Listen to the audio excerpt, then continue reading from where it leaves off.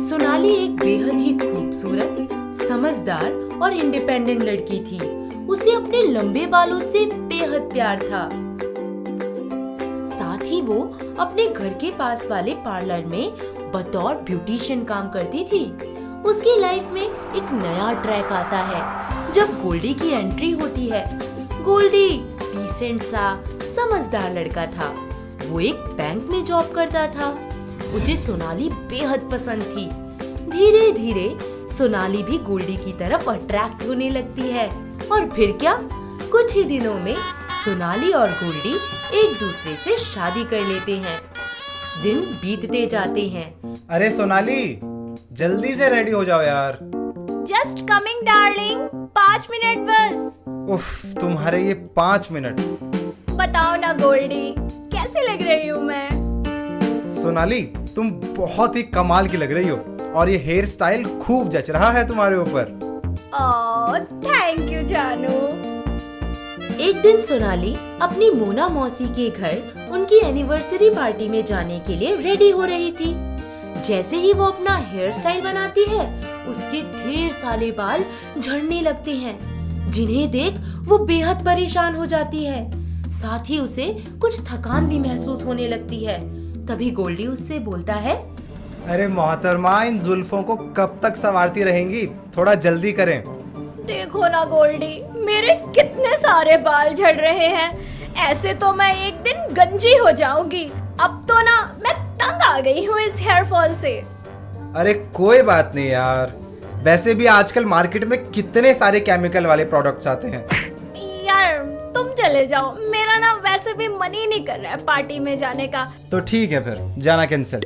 Anniversary है यार मौसी जी की, इतना स्पेशल दिन है उनका। तुम चले जाओ, वरना वही कहने वाली बात हो जाएगी। अरे कहने वाले कहते रहे, लेकिन तुम्हें ऐसे अकेला छोड़कर मैं तो नहीं जा सकता।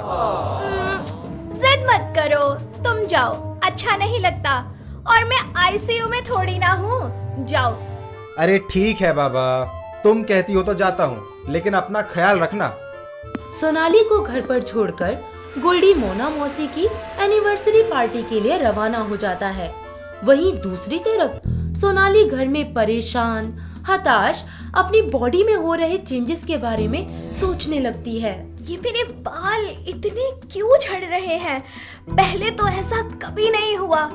पहले भी तो मैं इतना काम करती थी, कभी मुझे इतनी थकान महसूस नहीं हुई। न जाने क्या हो रहा है मेरे साथ, मुझे कुछ समझ ही नहीं आ रहा है। मोना मौसी की पार्टी में गोल्डी को अकेला देख सब सोनाली के बारे में पूछने लगते हैं। वहीं मोना मौसी का तो मुंह ही बन जाता है।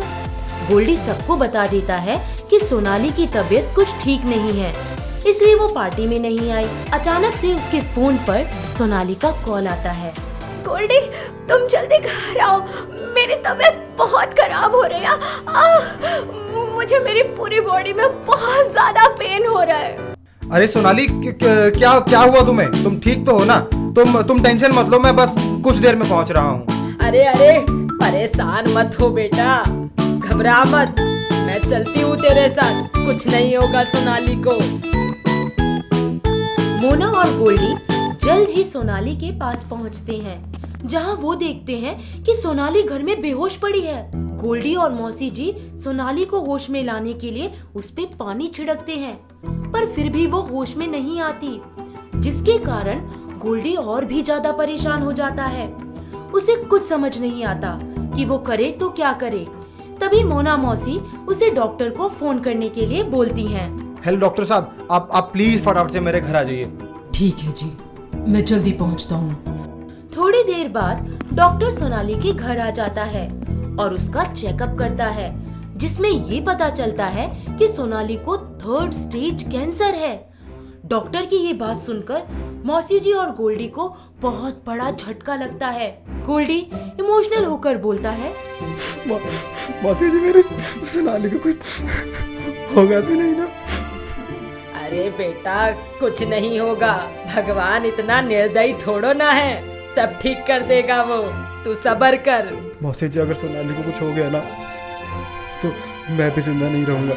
अरे अपने आप को संभाल बेटा, अगर तू ही ऐसे करेगा तो सोनाली को कौन संभालेगा। चुप हो जा, ये मुसीबत के बादल छट जाएंगे। अरे चुप हो जा, देख डॉक्टर भी आ रहा है। तभी वहाँ डॉक्टर आते हैं और गोल्डी से बोलते हैं, गोल्डी जी, सोनाली की हालत बेहद क्रिटिकल है। अब धीरे धीरे प्रॉब्लम बढ़ती ही जाएंगी। हमें इनकी कीमोथेरेपी करनी पड़ेगी। हो सकता है इसके कारण इनके सारे बाल झड़ जाएं। डॉक्टर की बात सुन गोल्डी सब समझ जाता है और वो सोनाली का बहुत ज्यादा ख्याल रखने लगता है।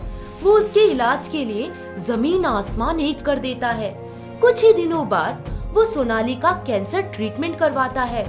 सोनाली कैंसर से जंग जीतकर वापस नॉर्मल लाइफ जीने लगती है, पर इस ट्रीटमेंट के कारण वो अपने बेहद अजीज बालों को खो देती है और गंजी हो जाती है। एक दिन वो अपने पार्लर की जॉब पे जाती है, जहाँ बैठी कुछ महिलाएं और लड़कियां उसके गंजेपन का मजाक बनाने लगती हैं। ए वो देखो, वो देखो, गंजी पटेल, ए गंजी पटेल, तेरी खोपड़ी में तेल। अरे मोरी मैया, खुद के तो बाल नहीं है, आई बड़ी हमारा ट्रीटमेंट करने। रात टकले, अपना सर तो ढकले। ओए ओए, यो तो टकली है, टकली गंजी। ये तो बड़ी अजीब लगती है। मेरी तो आवाज खराब है, मेरे को मर्द बोलते हैं सब। ये तो गंजा सा सर लिए डोलती रहे यहाँ पे। हाय रब्बा, कितनी अजीब लग रही है, गंजा जा सिर लेकर डोल रही है। लोगों की बातें सुन सोनाली एकदम चुप और हताश हो जाती है।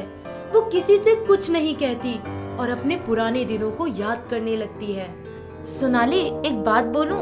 यार तुम्हारे बाल कितने सुंदर हैं। मैं तो भगवान से बस यही प्रार्थना करती रहती हूँ कि मेरे भी बाल तुम्हारे जैसे होते। हाय सोनाली, काश मेरे बाल भी तेरे वांगू होंदे। अचानक गोल्डी का फोन आता है और सोनाली ख्यालों से बाहर आ जाती है। हेलो। कैसी हो डार्लिंग? अरे कुछ नहीं हुआ, मैं ठीक हूँ। थोड़ी टेंशन में लग रही हो, क्या बात है? कुछ नहीं, बस वो। सब समझता हूँ मैं। एक बात बताऊं? हाँ बोलो। तुम ना टेंशन में बिल्कुल भी अच्छी नहीं लगती, सो कीप स्माइलिंग, ओके? सारा काम खत्म करके जब शाम को सोनाली घर पहुंचती है तो अपने पति को गंजा देखकर एकदम से चौंक जाती है। ओह माय गॉड, ये क्या किया आपने? आपने अपने बाल ट्रिम क्यों करवा लिए? अब बात ऐसी है कि घर जैसी है। तुम अपने गंजे पर से दिन ब दिन इतना डिप्रेस होती जा रही थी कि मैंने सोचा मैं भी अपने बाल ट्रिम करा लूं। पर अब लोग मेरे साथ साथ तुम्हें भी गंजा बुलाएंगे। अरे लोगों का तो काम ही है कहना। बाय द वे, मुझे तुमसे मतलब है, लोगों से नहीं। लोगों ने कैंसर को नहीं हराया, मेरी बीवी ने हराया है और मुझे नाज है तुम पर। क्या बात है मेरा गंजा, आजा मेरा बंजा। अपने पति का इतना प्यार और सपोर्ट पाकर सोनाली बेहद खुश हो जाती है। अगर आपको ये वीडियो पसंद आया हो तो इसे लाइक कीजिए, चैनल सब्सक्राइब कीजिए और कमेंट करके बताइए कि भविष्य में आप कौन सी कहानी देखना पसंद करेंगे।